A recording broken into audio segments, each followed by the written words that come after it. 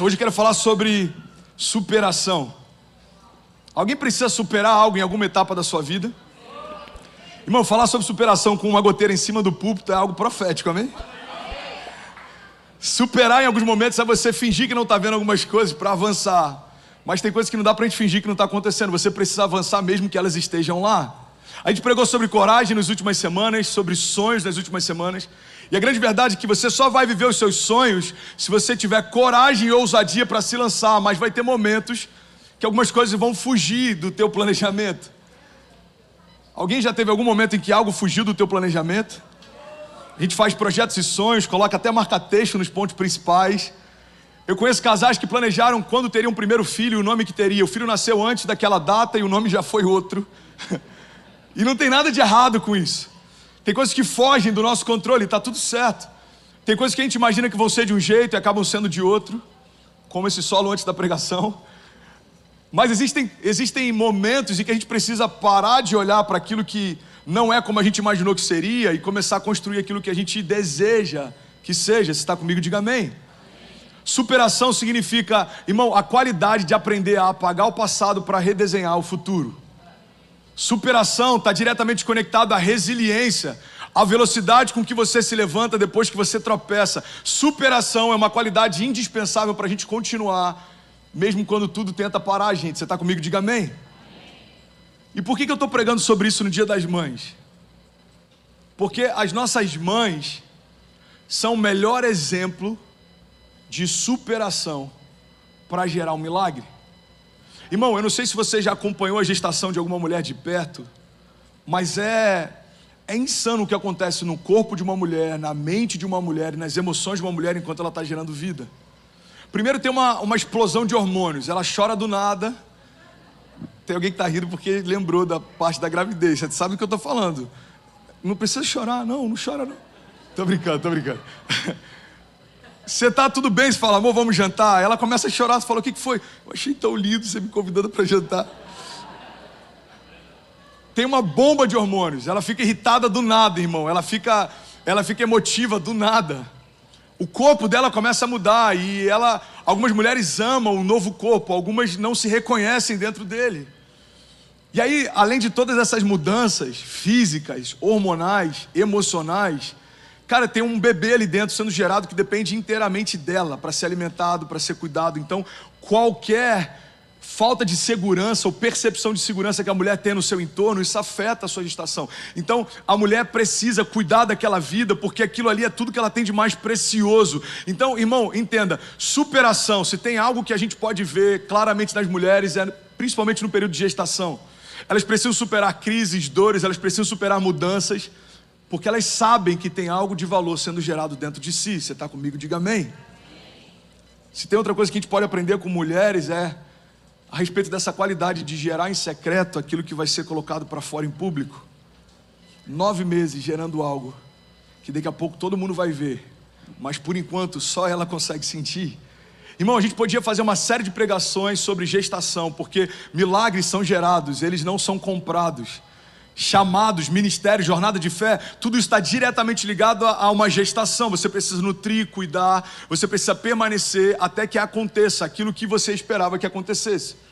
Mas eu quero falar sobre superação hoje, para a gente não deixar os homens de fora dessa mensagem. Você está comigo? Tem algum homem que está comigo aqui, pelo amor de Deus, diga amém. Então eu quero falar sobre superação na perspectiva das nossas famílias. Porque eu tenho certeza, por mais que a gente tenha essa cara de crente, de que está tudo bem, tem algo acontecendo dentro da nossa casa exatamente agora, que a gente precisa superar. Alguns casais tiveram que superar a DR que tiveram 2 estacionamentos até chegar aqui. Deus falou com alguns. Alguns tiveram que superar você ouvir a sua mulher falar, eu te avisei, quando você fez uma sociedade que ela disse para não fazer, ou entrou no negócio que ela disse para não entrar, ou entrou numa rua que ela disse para não entrar, ok? Isso daí eu vivo direto com a Kezinha. Ela tem a capacidade de saber melhor do que o Waze para onde a gente está indo. Irmão, a gente precisa superar pequenos e grandes desafios. E eu aprendi a celebrar essa característica na minha mãe, porque a nossa história é uma história de superação. A gente teve altos e baixos. E eu já falei sobre isso algumas vezes, mas para mim foi muito marcante o fato da minha mãe ter que negociar dívidas da escola para eu continuar estudando, o fato de ver a minha mãe tendo que se levantar como uma leoa, em momentos em que a crise financeira lá em casa estava tão difícil que o meu pai se abateu um pouco. Então teve dívidas que a minha mãe precisou ir negociar. Tiveram algumas crises que a minha mãe precisou ir resolver. Porque mulheres são como leoas. Eu não sei se você sabe, as leoas têm mais capacidade de caça do que os leões. Você sabia disso? As leoas, irmão, quando elas despertam, elas são mais perigosas do que os leões. E se você não sabe muito bem como isso funciona, mexe com o filho de uma leoa e você vai ver do que elas são capazes de fazer. Eu vi superação da minha família em vários momentos. A gente vê isso na história de Maria também. Irmão, Maria enfrentou a possibilidade de um escândalo, porque ela se tornou mãe antes de se tornar mulher. Ela recebeu no seu ventre virgem a vida do próprio Deus. Então Maria, ela foi exposta ao possível escândalo. Maria, ela teve que se refugiar para proteger o seu primogênito. Maria, ela estava lá quando Jesus estava sendo crucificado e rasgado. O filho dela está entregue numa cruz sem falar uma palavra e ela estava lá. Do início ao final da história de Jesus, se tem um personagem que não deixou ele de lado em momento algum, era sua mãe. Então falar de superação, irmão, é falar sobre permanecermos mesmo quando algumas coisas fogem do nosso controle. Tiago 1,3 diz: pois vocês sabem que a prova da sua fé produz perseverança. Irmão, a gente precisa permanecer mesmo quando as coisas fogem do nosso controle. A gente precisa permanecer mesmo quando algumas coisas não estão acontecendo como a gente imaginou que aconteceriam. E você que está aqui, você que está na América, você ou passou por isso ou vai passar. Você que está em qualquer lugar do mundo, ou passou por isso em algum momento, ou você vai passar. A gente precisa aprender essa qualidade de perseverar mesmo quando tudo parece fugir do nosso controle. É isso que separa meninos de homens. É isso que separa pessoas que têm uma grande ideia, de pessoas que são visionárias. É isso que separa os faladores dos fazedores, os talkers dos makers. Irmão, a perseverança é o que separa alguém que tinha uma ótima ideia no início da jornada e alguém que construiu uma história que agora está afetando a história de outros.